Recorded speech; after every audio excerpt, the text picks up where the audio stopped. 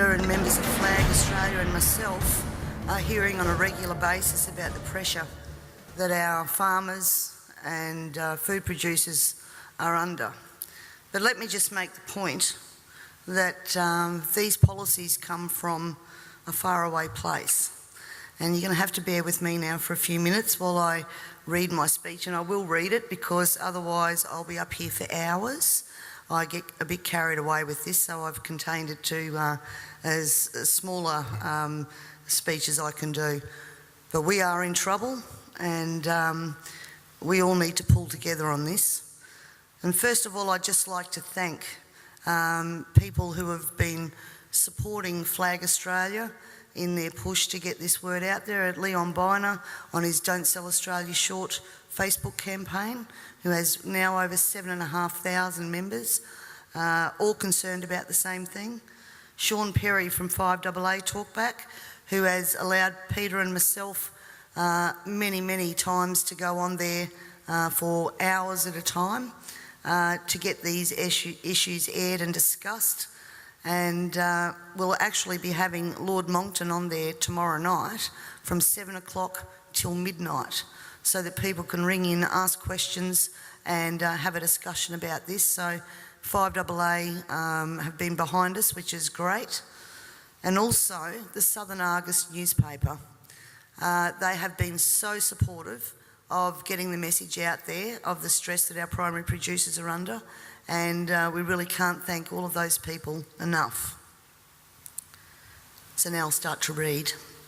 Again, thank you all for coming here today. I also thank the many people behind the scenes who have helped to educate me on the global issues and how they are being implemented at a state level so that I can be an effective elected member of your parliament. And while I'm speaking to you today, I'm going to quote a number of people from various influential positions on the international stage. And I'll leave it with you to make up your mind if you want to continue to head in the direction that we're going. I first stumbled across Agenda 21 in about 2008. And quite frankly, my first reaction was to dismiss what I was reading, because I didn't believe that any government in Australia would take us down this road. Then I began to see a legislative pattern emerging in Parliament which concerned me greatly, and I also started to see the tenor of legislation that we were passing. I did air those concerns in Parliament, and it was dismissed and ignored. The words Agenda 21, ladies and gentlemen, were never meant to be spoken. And if they were, then of course it would be dismissed as a conspiracy theory. Because if people knew Agenda 21 and what it stood for, there's plenty of information out there where they could actually learn what the end game was, and governments didn't want that to be known. My dad always said to me that people only lie for two reasons. One reason is because you're ashamed of what you're doing, and the second reason is that you don't want people to be warned just before you screw them. And I honestly believe that these secrets have been, thank you, that these secrets have been kept for both of those reasons. Ladies and gentlemen, the origins of the environmental movement as we see it began back in 1968 when the Club of Rome was formed. The Club of Rome has been described as a crisis think tank which specialises in crisis creation. The main purpose of this think tank was to formulate a crisis that would unite the world and condition us to the idea of global solutions to local problems. In a document called The First Global Revolution, authored by Alexander King and Bertrand Schneider, on pages 104 and 105, it stated, "In searching for a new enemy to unite us, we came up with the idea that pollution, the threat of global warming, water shortages, famine and the like would fit the bill. All these dangers, of course, will be caused by human intervention that will require a global response." That's the origin of global warming, ladies and gentlemen. In 1975, Australia agreed to bring in a new economic order via the Lima Declaration on the Second Conference of the United Nations Industrial Development Organisation. The outcome of this was, as I said, the Lima Declaration, which was a blueprint for the redeployment of tools, jobs and manufacturing to the developing nations, leaving countries like Australia short of technology, a manufacturing base and jobs. Blind Freddie can now see what the outcome of that has been for our country, with their unworkable trade and tariffs agreements hand in hand with this that have followed as a matter of course. This is now a reality, with around 90% of our agriculture and manufacturing just gone. Australia signed the Lima Declaration and hundreds of others with the support of all major political players: Whitlam, Fraser, Hawke, Keating, Hewson, Howard, Rudd, the Democrats, the Greens and even the Nationals. It has been put to me that all of these treaties were the foundation for the rollout of Agenda 21, and it seems that Australia has been moved around the global chessboard, and our so-called leaders were either complicit or naive to the long-term consequences. And now we're almost at checkmate.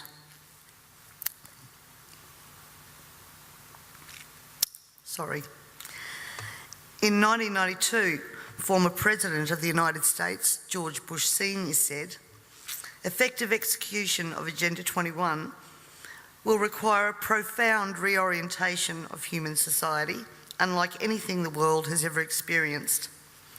A major shift in the priorities of both governments and individuals, and an unprecedented redeployment of human and financial resources.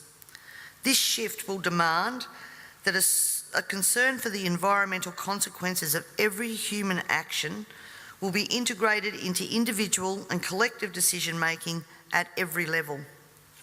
Cutting through the code, I want everyone to consider what the words "profound reorientation of all human society" and "unprecedented redeployment of human and financial resources" actually means.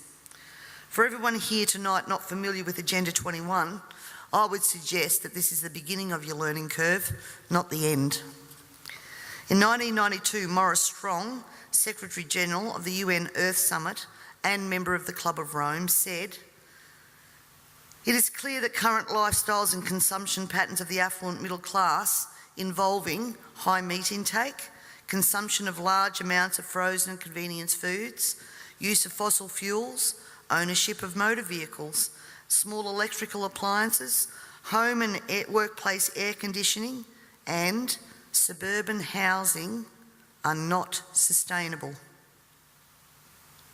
Put those statements together with the previous one, and it must become clear that Agenda 21 is about controlling every aspect of our lives: how we eat, what we eat, how much we eat, how we move around, food production, the amount of food, and where we even live. Dixie Ray, former Washington State Governor and Assistant Secretary for Oceans and International Environmental and Scientific Affairs, stated, "Agenda 21 seeks to establish a mechanism for transferring the wealth from citizens to the third world. Fear of environmental crisis would be used to create a world government and UN central direction." From a report in the 1976 UN's Habitat I conference, land cannot be treated as an ordinary asset, controlled by individuals and subject to the pressures and inefficiencies of the market. Private land ownership is also a principal instrument of accumulation and concentration of wealth, therefore contributes to social injustice.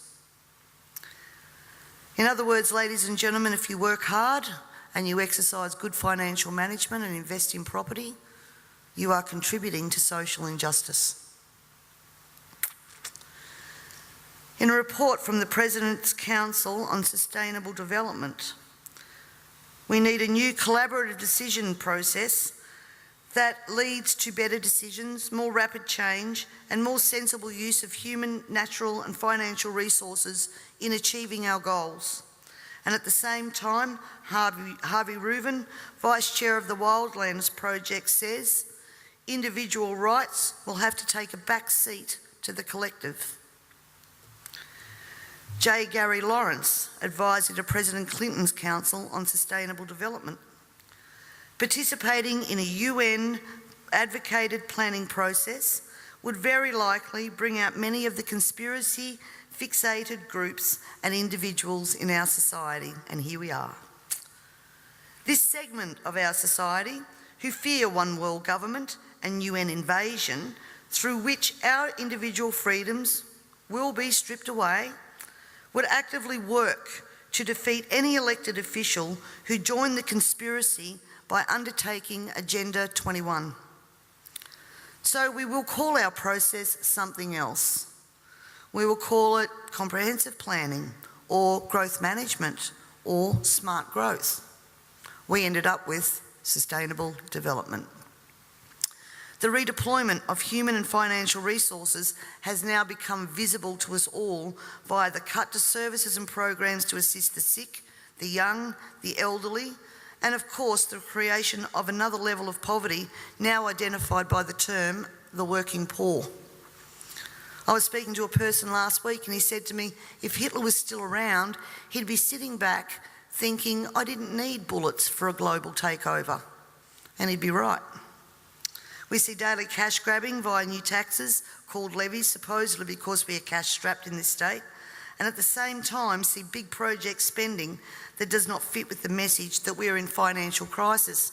But we the people have to tighten our belt, while the government seems absolutely unaware and unconcerned of the amount of debt that it is accumulating. This in turn means that taxes, levies, fines and other penalties increase, as well as the cost of living rising exponentially, and the ordinary citizen's ability to exist well is compromised with almost every law that we pass. We're constantly paying for so-called services that we don't receive. This is wealth redistribution at the grassroots level, redeployment of financial resources, ensuring only hardship for the citizens who just really want to get on with their lives. The Parliament has also ventured into the rights of people to own and retain their property and manage it without government interference. In particular, the laws around, as Peter said, water allocation, natural resource management, the Native Vegetation Act, Development and Planning Act, which are all equally toxic to our food producers as they are to our long-term security, we city dwellers. Everyone needs to remember, we all pay a natural resource management levy on our tax rates. So this is not just going to affect the food producers. The intrusions into our property that Peter was talking about that land producers are going through will roll out into the suburbs and into the city because they have the authority to do that.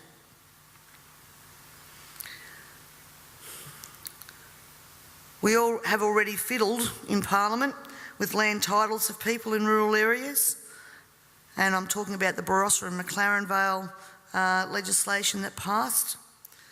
And the buzzwords used to justify that was heritage status.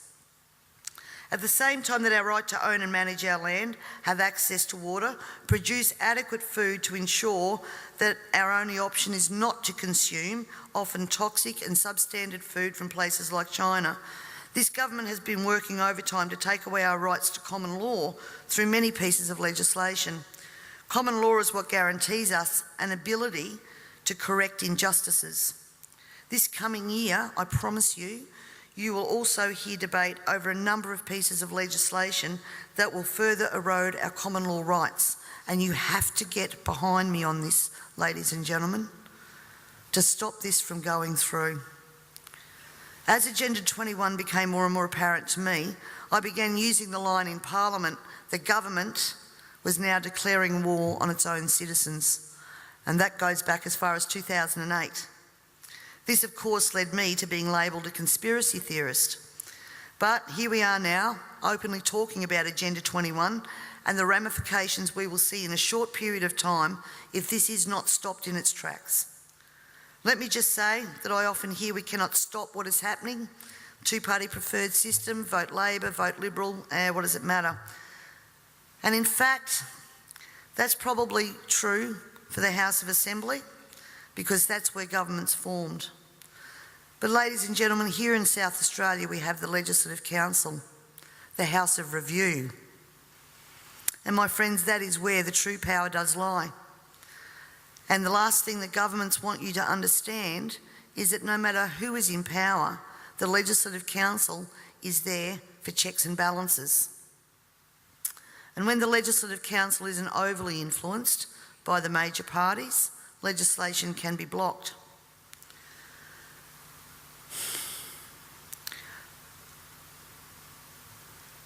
Remember, on most of these policies that I've spoken about here today, there has been bipartisan support for everything that has gone through. When the major parties join together, then the crossbenchers and minor parties, basically our vote is null and void.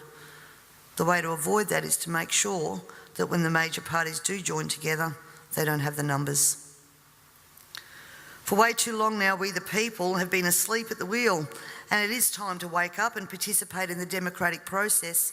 And to do that, you need to understand the parliamentary and political system that you are trying to rein in. In 1972, the Club of Rome published the alarmist Limits to Growth document, warning of worldwide overpopulation, the need for sustainable development. This was the beginning of the slow process of social engineering and programming people to accept that the planet is struggling to sustain life. On the 8th of October 1973, the New York Times reported a quote from Ted Turner, also Club of Rome. The social experiment in China under Chairman Mao's leadership is one of the most important and successful in human history. In 1987, Mikhail Gorbachev, also a member of Club of Rome, said, "We are moving toward a new world order, the world of communism, and we shall never turn off that road." He also quoted in 1996 Monetary and Economic Review on page 5, "The environmental crisis will be the international disaster that will unlock the new world order, one world government." In 1992 came the Earth Summit, which produced the document called the Earth Charter. This document was co-written by Maurice Strong, long-time globalist, elitist, member of Club of Rome, and Mikhail Gorbachev. Both Strong and Gorbachev stated that it was hoped that this document would be adopted as the new 10 Commandments, with environmentalism as the new one world religion. Out of this summit came Agenda 21.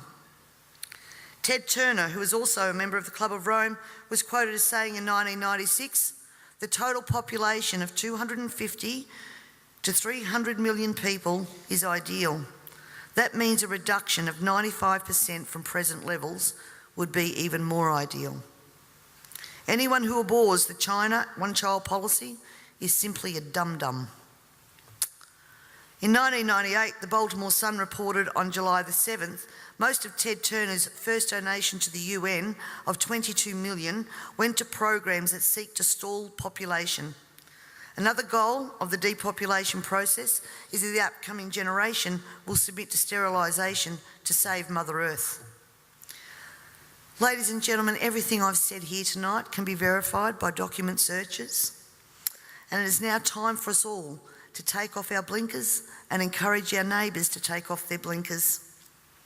And it's also time for you to demand that every person you elect fully understands this policy that is being rolled out via local, state and federal government at a concerning rate. We're not talking about decades, we're talking about only years before this is fully implemented. And every day another law is passed, is introduced to produce the endgame of Agenda 21 being fully implemented. So the question that Lord Monckton asks, carbon tax, climate change and Agenda 21, can democracy survive all three? Needs to be answered, and answered now. And you need to find out from your elected members what they know of Agenda 21, and if they don't know it, educate them. And if they don't know it, then push them to understand what they are voting on in Parliament, because this is crossroads. I thank you all very much for your time and for your attention, and I would now like to take the opportunity to introduce Lord Christopher Monckton. Thank you.